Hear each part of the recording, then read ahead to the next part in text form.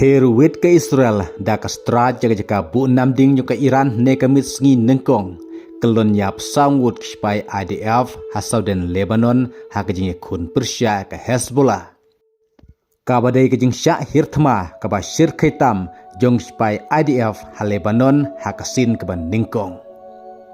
pinti kena ke Israel bahkan empat sipai rengkau ban kenrai ke Kar Island harengkat sipai jong kari Amerika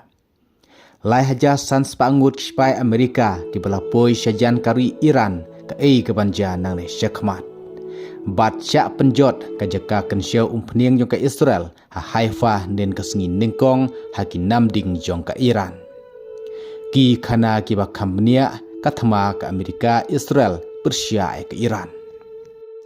ka Israel kala khruit teng da ka stra jaka bu namding ke Iran ne kamit sengi nengkong ha Isfahan Iran ha ka ba ka jing pthai kalong ka ba syirkai ka jing klang kading kalong ka ba ima ha ka ba la antat bagi namding ke Iran kibadon ha ka ta jaka kila jotlut bat kat nangut kispai RGC kibala kelon yapno kabadang ap ya ke jingkeng bat na lor ke jaka bu namding ha Isfahan buntili ke jaka karkhana keleng ke Iran ba ke Israel ke khruit da ka straj bat barok ke jaka balak khruit ke Israel kidai ke jaka kibadon jingadai bat kispai RGC kad ba ke Israel kla mati ke jingsya penjot nen ke sengi nengkong ya ke jaka kensyau umpniang ha Haifa kabla syak kata hakin namding juga Iran bat namar ba ke Israel kadang ya khud mentah Persia ya ke Hezbollah ha Saudan Lebanon ha kene ke jingyale sangut kispai IDF kibala kelon yapno kumta ke Israel mentah kla mat saj sinbat ya ke jingyam brio hak jing syak hirtma ke ba kendit kensan bat ke ba syir khaibha ha Saudan Lebanon ha ke Hezbollah kisangut kispa juga Israel kibla kelon yapno nen kasngi kidai unowam matmoni na Sderot Maxim na Barjam Ben Cohen na Le Havim kad baye weipat hadu bapla jaga khobor ompat yo kerteng kepati kena kat kumgi khobor long banadu nen kasngi ningkong sipai IDF kla syak khruit ha ka jing pen apsrip jong ka Hezbollah kumta bungut sipai ke Israel kibala mensau bat bun teliki helikopter kibala kit ya kibala yap bat kum juru ya kibala mensau Henry ke Israel mentakla pendapat ya ke jing kelon yapno jong kini ki sangut sipai IDF kabadai kawe ke jing syahir thama kaba syirkhitam hak Hezbollah ha Saudan Lebanon kumta kane kadai kawe ke jing mat biang ke Israel ya ke jing yambriu na ke jing kladno jong kini ki sangut sipai kum taru katbak sipai jong ke Amerika kumba lai haja sans pangut kibal sedang bentur syajan kaput jong ke Iran